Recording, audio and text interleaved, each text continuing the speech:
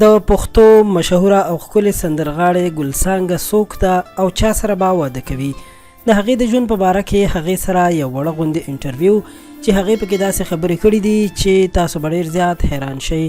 که غواړئ تاسو یې هم وګورئ نو همدلته یې در سره شریکوم، تر اخره را سره پاتې شئ. ګل سانګه چې د پښتو ژبې مشهوره سندرغاړې ده چې په پښتو ډرامو کې هم کار کړی دی او اوس صرف سندرو ته یې مخه کړې ده چې نن سبا ډېره زیاته مشهوره شوې هم ده.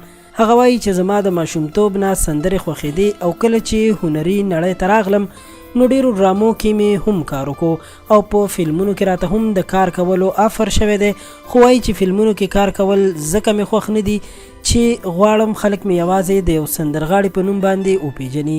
ګل سانګه وایي چې مور او پلار مې مړه دي، خو کله چې سندرو ته راتلم نو کورنۍ مې مخالفه وه، خو یو ورور مې زما په ډډه ولاړو، خو اوس مې هېڅ څوک هم په کورنۍ کې مخالفت نه کوي.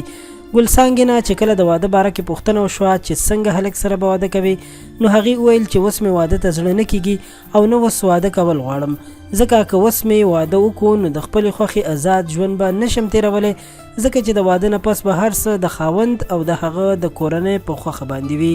هغه وایي د واده نه پس به راباندې ډېر بندیزونه ولګي نو ځکه اوس خپل ارمانونه پوره کول غواړم. ګل سانګه د پېښور اوسیدونکې ده، پېښور کې پیدا شوې ده او تر 10م کلاس یعنی ټولګي پورې سکول هم ویلی دی. ګل سانګه وایي مینه مې نه ده کړې ځکه ملګرو د مینې له نوم نه ویرول یم چې مینه کې ډېر دردونه دي. هغه وایي چې صرف پاکستان او افغانستان کې خپل هنري فعالیتونه کوم، نورو ملکونو ته پروګرامونو ته نظم او نه مې ډېرې خبرې کول خوښیږي نو ځکه د رسنیو او انټرویوز نه هم لرې ګرځم. د سندرغاړې ګل سانګې باره کې دا معلومات همدومره وو. د ویډیو د کتلو مو مننه کوم. له نورو تازه او په زړه پورې معلوماتو لپاره خان کلیک چینل سبسکرایب کړئ. تر بیا مو په لوی الله سپارم. د خدای په امان.